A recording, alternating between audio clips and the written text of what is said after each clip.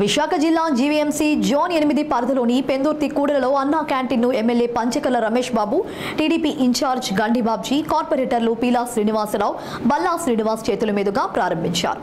ఈ సందర్భంగా పంచకల రమేష్ బాబు మాట్లాడుతూ, పేదలకు కడుపు నిండా భోజనం పెట్టే ఈ గొప్ప కార్యక్రమాన్ని ప్రారంభించడం ఎంతో ఆనందంగా ఉందన్నారు.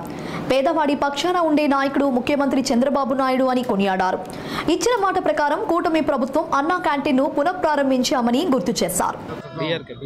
మా ముఖ్యమంత్రి గారికి మనస్ఫూర్తిగా అభినందనలు, కృతజ్ఞతలు తెలియజేస్తా ఉన్నాం. గతంలో తెలుగుదేశం ప్రభుత్వం ఉన్నప్పుడు పేదవాడు ఎక్కడా కూడా ఇబ్బంది పడకూడదని చెప్పి కార్మికులు, కర్షకులు రోజువారీ కూలీలకు అందుబాటులో ఉండే విధంగా ఉదయం బ్రేక్ఫాస్ట్ కానీ, మధ్యాహ్నం భోజనం కానీ, రాత్రి భోజనం కానీ ఏర్పాటు చేస్తే ఈ దుర్మార్గపు జగన్మోహన్ రెడ్డి ఆయన రాగానే దాన్ని క్యాన్సిల్ చేసిన విధానం మనం చూసాం.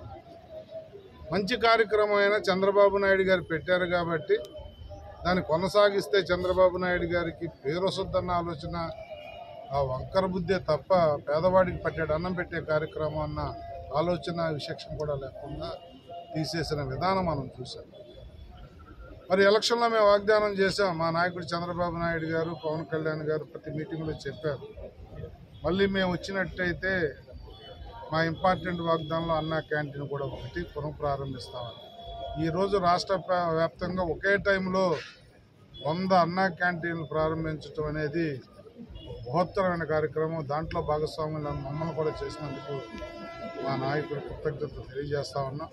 ఇలాంటి ఎన్నో మంచి కార్యక్రమాలతో పేదలకి పెంచిన పెన్షన్లు కానీ, నిరుద్యోగులకి ఏదైతే ఉపాధ్యాయులకి 16,352 ఉద్యోగాలు తీయటం కానీ, నోటిఫికేషన్ ఇవ్వటం కానీ, అలాగే డ్వాక్రా మహిళలకు రుణాలు ఇవ్వటం కానీ, ఇలా అన్ని కార్యక్రమాలు కూడా ఒకటి చేసుకుంటూ వస్తూ ఉన్నారు.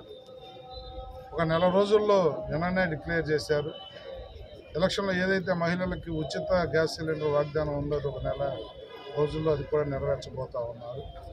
రేపటి నుంచి 20వ తారీఖు నుంచి 26వ తారీఖు వరకు ఈ 100 రోజులు పేదవాడి పక్షాన్ని ప్రభుత్వం చేసిన కార్యక్రమాలు, కేంద్ర ప్రభుత్వం నుంచి తెచ్చిన నిధులు కానీ, కేంద్ర ప్రభుత్వం సహకారంతో చేసిన కార్యక్రమాలు కానీ, పంచాయతీరాజ్ ద్వారా పవన్ కళ్యాణ్ గారు గిన్నిస్ బుక్లో ఎక్కే విధంగా ఒకే రోజు రాష్ట్ర వ్యాప్తంగా పంచాయతీలు, గ్రామ సభలు పెట్టించి 4,500 కోట్లు ఎనర్జీస్ కాంపోనెంట్తో వర్కులు తీసుకోవటం కానీ, ఇలాంటి ఎన్నో బృహత్తరమైన కార్యక్రమాలు ప్రజలకు వివరించడానికి రేపు వారం రోజుల కార్యక్రమం ప్రభుత్వ కార్యక్రమంగా తీసుకున్నాం.